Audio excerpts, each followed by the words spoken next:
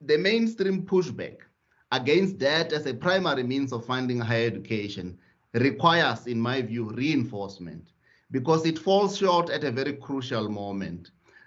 And the reason why I'm saying this is because it swims in the same waters dominated by what Beth Berman calls the problematic yet dominant economic style of reasoning.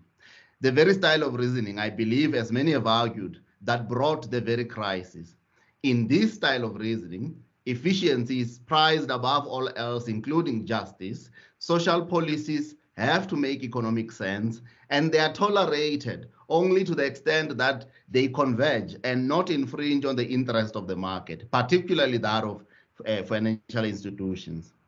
And so by embracing this style of reasoning, the mainstream pushback for me outsources what the problem is represented to be back to forces that are responsible for the very crisis, thus limiting our ability, in my view, to imagine a more humane higher education policy.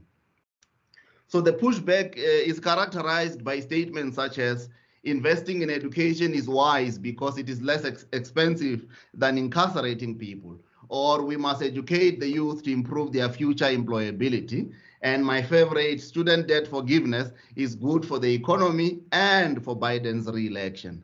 I find the pushback anchored in this style of reasoning not fit for the purpose of freeing public higher education from the logic and forces of the virtual senate of lenders and financiers, and as I will show, the very logic of racial capitalism. For example, the hiking of tuition fee to balance university books due to austerity budget cuts and the reimagining of students as consumers has not only passed the buck to families, it has consolidated debt as an accepted paradigm of funding higher education, enabling what Charlie Eaton calls in his new book, The Troubling Rise of Financiers in Higher Education. There is a need, therefore, for a pushback that transcends this style of reasoning and makes explicit the trail of destruction that indenture and debt servitude have inflicted on our universities and the constituencies they serve. So I suggest that we go down this path in order to avoid formalizing ourselves into what Robin D.G. Kelly recently called mere functionaries and cogs in the neoliberal machine's spectacular acts of violence. It also appears to me that the question of what would be a just and equitable higher education funding model, to paraphrase Baldwin, depends on where you find yourself in the world, what your sense of reality is. That is to say, it depends on assumptions we've come to hold so deeply as to be scarcely aware of them. And closer to home, that is in South Africa, despite the well-documented history of indenturing students and their present and future families, government-guaranteed income contingent loans continue to be prescribed as rational and sustainable ways of funding higher education, specifically in the latest government fees commission report. Mukovhe, did you want to share your presentation? I'm just reminding you because it happened to me the other day that I forgot. Say that again. Did you want to share your presentation? As in the slides with you? Yes. Yes. Because you are not sharing them right now. Oh, I did share. I'm not sure if you are unable to see them, but I did share slides. Do you all see them? I think you are sharing the slides, but you were just not moving the slides. Oh no, I will move this. The slide that I'm on now is the relevant slide. Okay. Okay. Sorry, I didn't see them. Sorry. Okay. No problem. If you are seeing Elizabeth's book and you're seeing Charlie Eaton's book and Sherma's book, then you're on the right slide. Okay. I was just about to say that my research is aimed then at disrupting these efforts by offering an analysis that makes explicit the likely impact of government-guaranteed income contingent loans sourced from commercial banks on South Africa. So in this presentation, I will bring together insights from Jeffrey Williams' Pedagogy of Debt, Woodson's Miseducation, and Professor Ha-Joon Cheng's idea of bad Samaritans. And finally, I will also synthesize these ideas under President Nkrumah's theory of neocolonial client states to reinforce what I perceive to be the wall of resistance necessary to be mounted against the orthodoxy of debt as a paradigm of funding higher education in South Africa.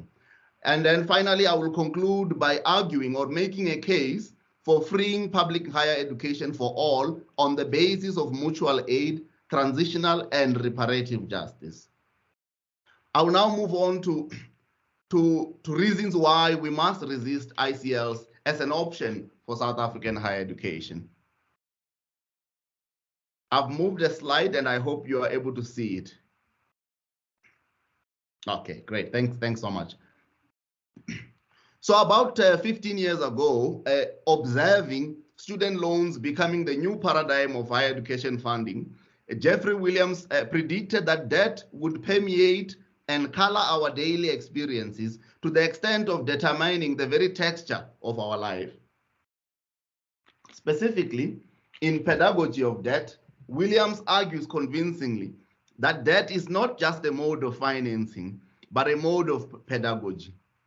And in making this argument, he urges us not to think about debt and not to think of debt as something extraneous, but central to people's actual experience of the current university.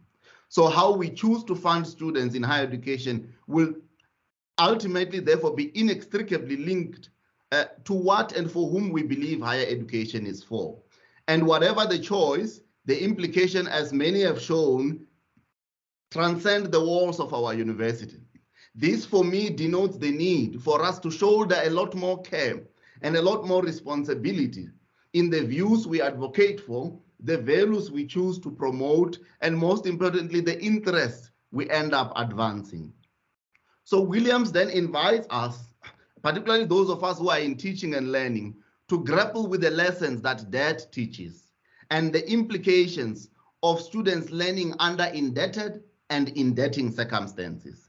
So in this section of the presentation, taking inspiration from Williams, I would like to then emphasize 4 ways in which debt fosters what John Dewey called miseducative experiences, and canvass these as crucial building blocks in the wall of resistance against income contingent loans. First is that debt teaches, or rather debt reduces teaching and learning in higher education to an act of debt service training by imposing itself on both the content and the form of study. So for example, the defunding of humanities degrees in favor of business majors is an example of how student loans have imposed themselves on the content of what is studied, as students choose courses they perceive will likely give them higher pay in order to be able to make repayments.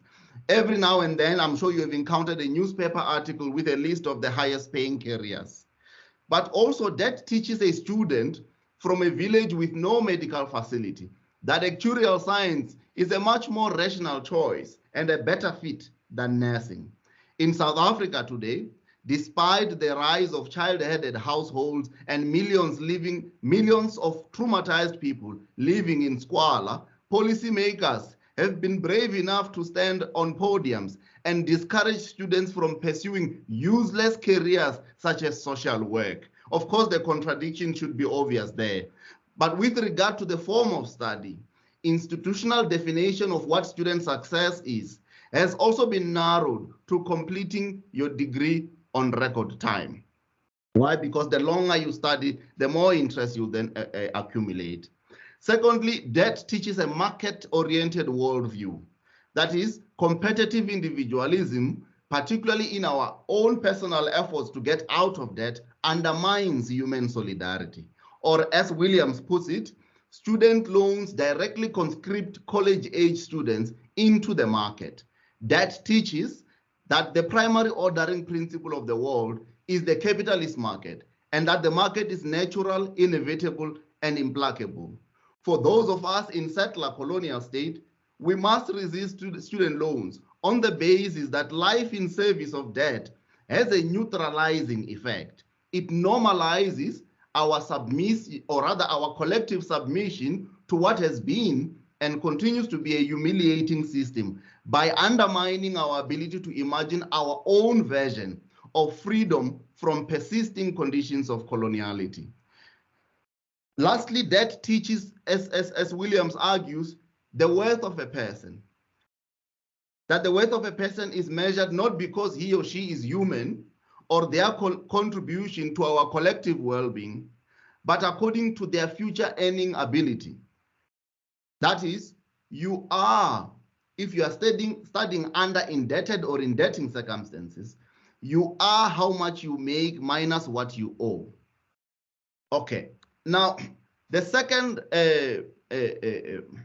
reason I would like to advance builds on where I believe Jeffrey Williams falls short. So where he falls short, in my view, is in his insufficient attention to the racialized nature of student debt. That is, failure to pull black student or the black student debt crisis from the crowd obscures this group's unique relationship with student loan policies.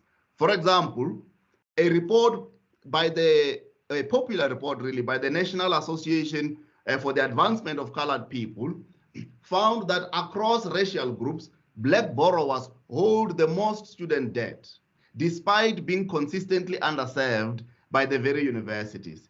And a similar report found in the US found that black-white disparity in student loan debt more than triples after graduation.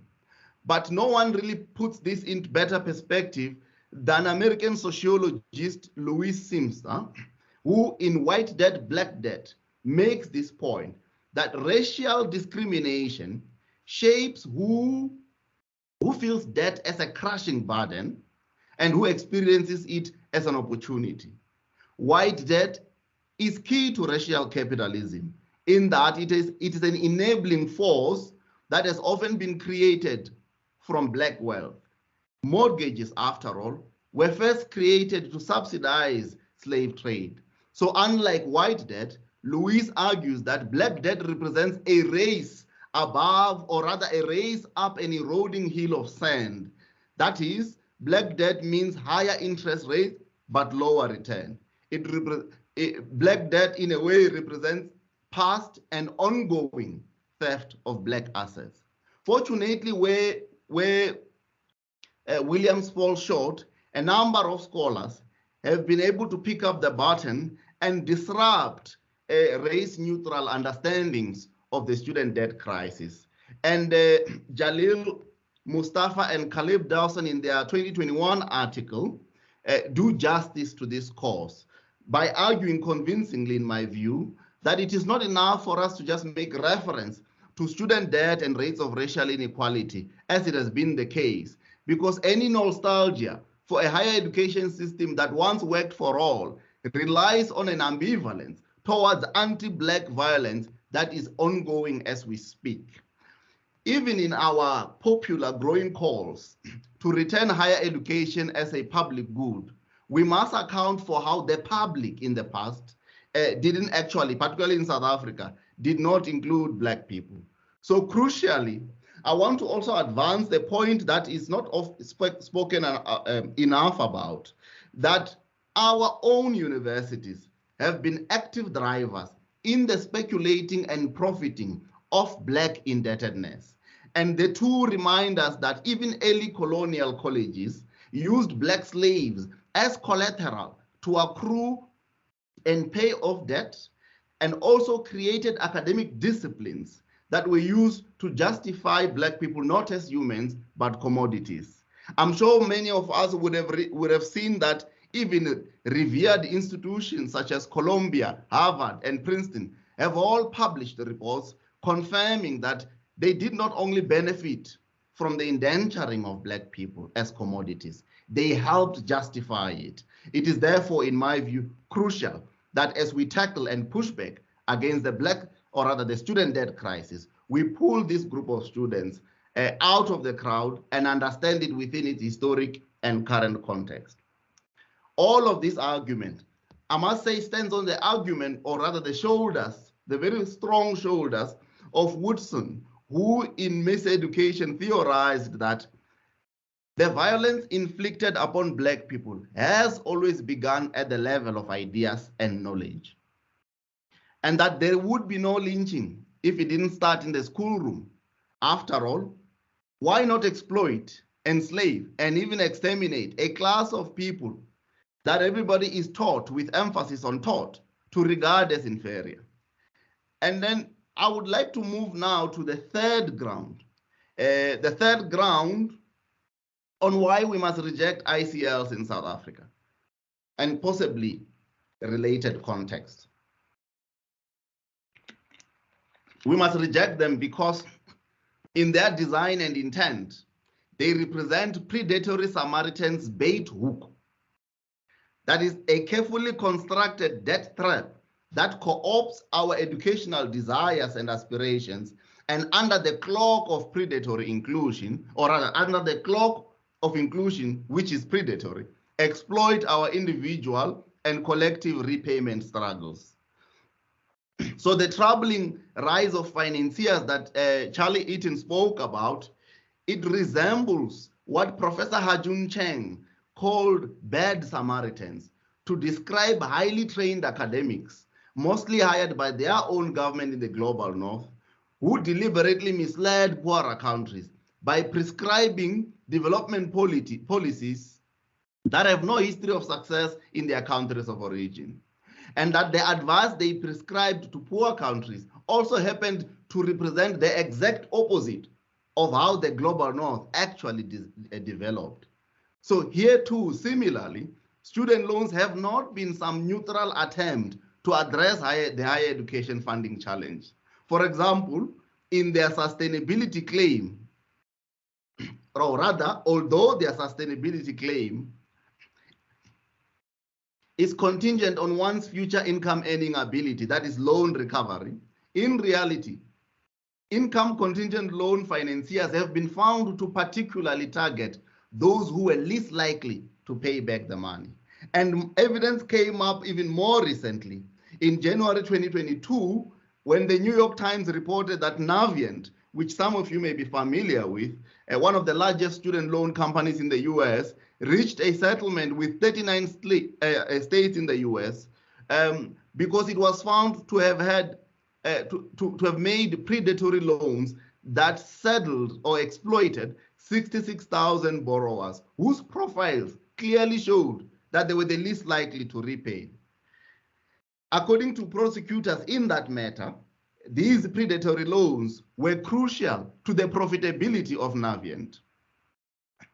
But also on that case, a quote by the Pennsylvania Attorney General on the same report was particularly telling when they reported that in pursuit of profit maximization, Navient repeatedly and deliberately engaged in deceptive and abusive practices, targeting students who it knew would struggle with payment, thus placing an unfair burden on people trying to improve their lives through education or predatory inclusion.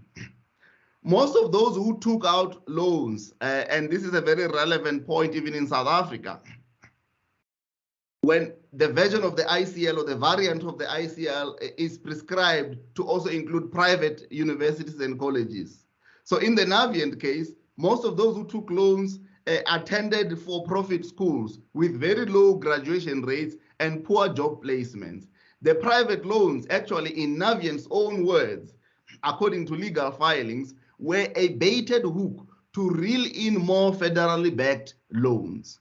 So, as Navient case shows, for the underserved and the marginalized, income contingent loans cannot be said to be worth it. In fact, in addition to the fact that for the profiteering financiers, this is all worth the effort, Mustafa and Dawson argues, and I support this argument wholeheartedly, that student loans are perfect for racial capitalism because they answer demands for social access and inclusion and then turn around and reproduce the disposability and dispossession of Black people's everyday life. Lastly, the last ground on which I want to advance the argument why we must reject at all costs income contingent loans in South Africa is because an indentured student is an indentured present and future family, and indentured families constitute an indentured state. In our case, a settler-colonial state, all indications are that the bigger fish to be reeled in by what Navient described as their baited hook reveals, in my view, or put differently, the bigger fish to be reeled in by government-guaranteed income contingent loans is the very sovereignty of the state, or whatever remains of it. Further endangering the South African settler-colonial state will simply reproduce its neo-colonial structure or character, or what President Nkrumah referred to as a client state or sham independence. So President Nkrumah described a settler colonial state or a client state as a state that is independent de jure and dependent de facto. That is, it has all the outward trappings of international sovereignty, but in reality, its economic policy and thus its political stance or political policy is under the control of international finance. It follows, therefore, that an indentured state shall marshal all its human and non-human resources in debt servitude under the supervision and the grip of what Professor Chomsky refers to as a virtual senate of lenders and investors. Importantly, the virtual senate of lenders in turn arrests the ability of the indentured state to preside over its own affairs, particularly its social and economic policy. To quote Professor Chomsky directly, the virtual senate, and quote, the virtual senate conducts moment by moment referendums on government policies. And if the virtual senate determines that those policies are irrational, meaning that they are designed to benefit people and not profit, then it can exercise its veto power by means of capital flight, attacks on the currency, and so on. All these have occurred in South Africa. In fact, during Fees Must Fall, the South African government's frantic attempt to balance between the interests of students/families and banks on the other hand were illustrative of a government serving what Professor Chomsky calls a dual constituency. So we must reinforce the wall of resistance, because in the absence of a formidable opposition, the unprecedented concentration of power in the hands of the elite few is creating the new masters of mankind, that is lenders. And as former Canadian Prime Minister Mackenzie says, once a nation parts with the control of its money and credit, it matters not who makes that nation's laws until the issuance of currency and credit is restored to government and understood as its most sacred responsibility. All talk of sovereignty, of parliament and democracy is idle and futile. So we move to the case I would like to make. On the back of those building blocks of what I believe should form part of the wall of resistance against loans, I want to say that my understanding of the free in students' call for free public higher education stands for freedom as inscribed in the Freedom Charter of 1955, one of our founding documents, or the founding documents of our liberation struggle. Free is for free, publicly funded higher education for all. And a free higher education should not be confused or reduced to a system that is merely free of charges at a point of access, or the so-called fee-free or deferred charges. A free higher education, or rather higher education, needs to be freed from the destructive market logics and pressures that have repurposed our universities into a marketplace where structures of power, domination, subordination, and oppression are reproduced. Crucially, higher education needs to be freed from the orthodoxy of debt as a primary form of funding higher education. As the British professor Roger Brown and others have shown, treating universities as a marketplace is achieving in higher education what neoliberalism has done to society as a whole, that is, facilitating an unprecedented concentration of power in the hands of those already well placed, and a steady rise of chronic levels of insecurity and precarity on those who were already in the margins of society. And maybe also to add that free higher education is not free money.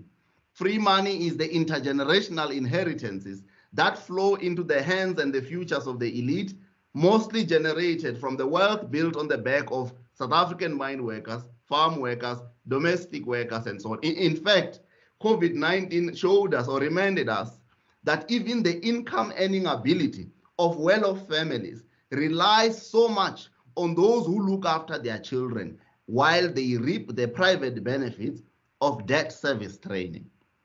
So the overemphasis on improved graduate employment or future income earning ability as constituting private benefits is also debatable.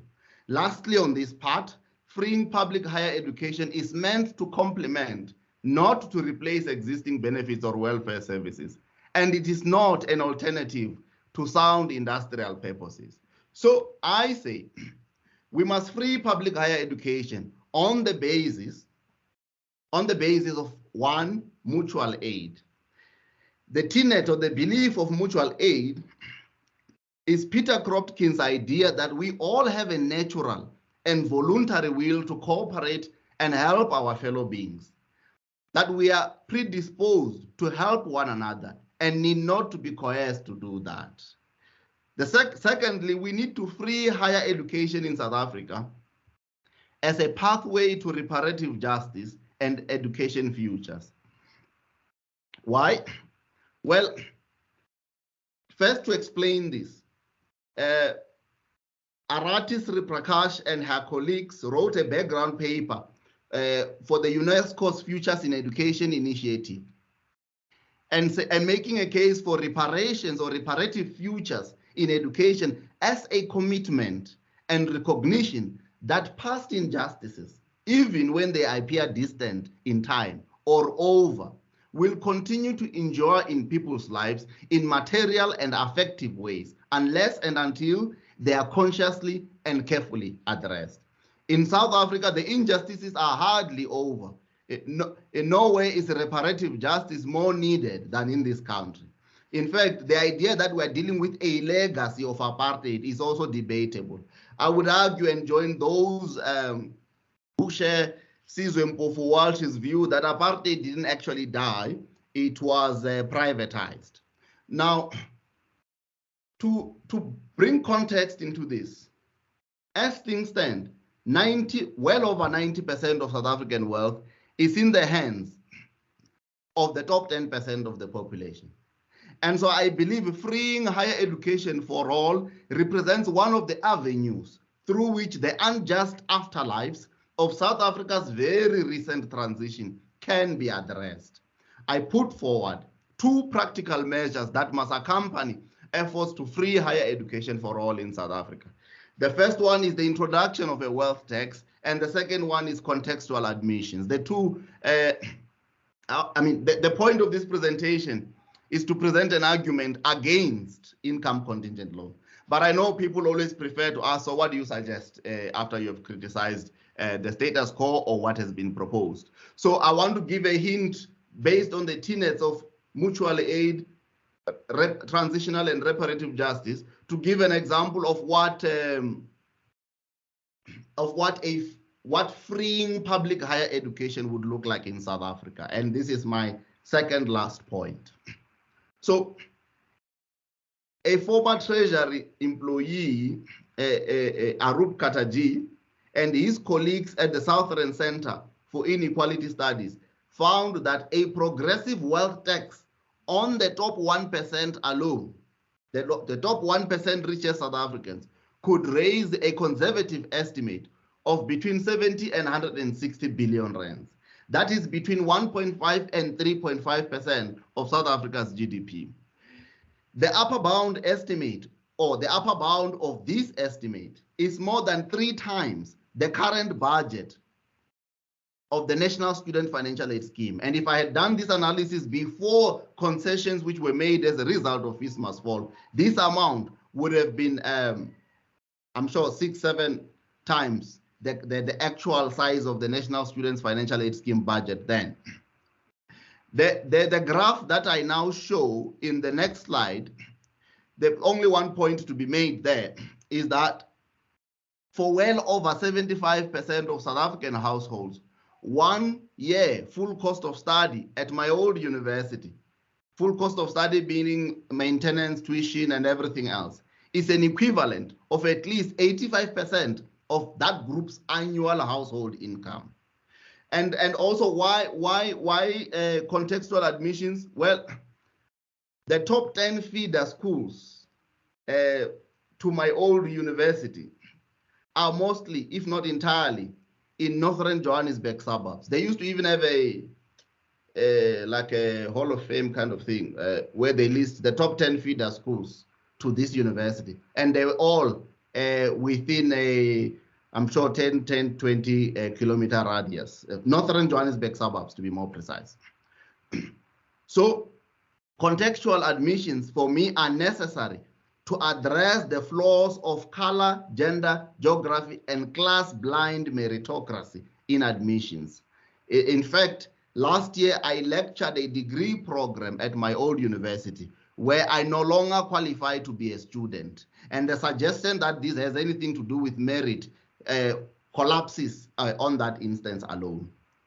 And in conclusion, Maren, as inhabitants of a settler-colonial state, I believe we must resist any further indenturing of the South African state, and we must resist, because if we don't, to end by paraphrasing James Baldwin's statement in his famous Cambridge debate, we will one day, once we've really entrenched the orthodoxy of debt as a way of life, I believe we will one day wake up to discover that the flag to which we have pledged allegiance has not pledged allegiance to us, and that the country, which is our birthplace, and to which we owe our lives and our identity, has not in its whole system of reality evolved any space or any place for us.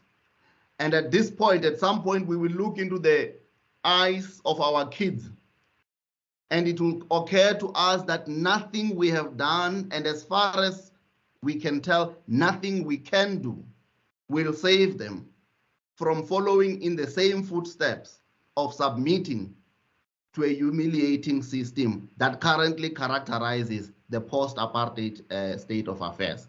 Thank you very much. That will be the end of my presentation, and I hope I didn't go too much over time.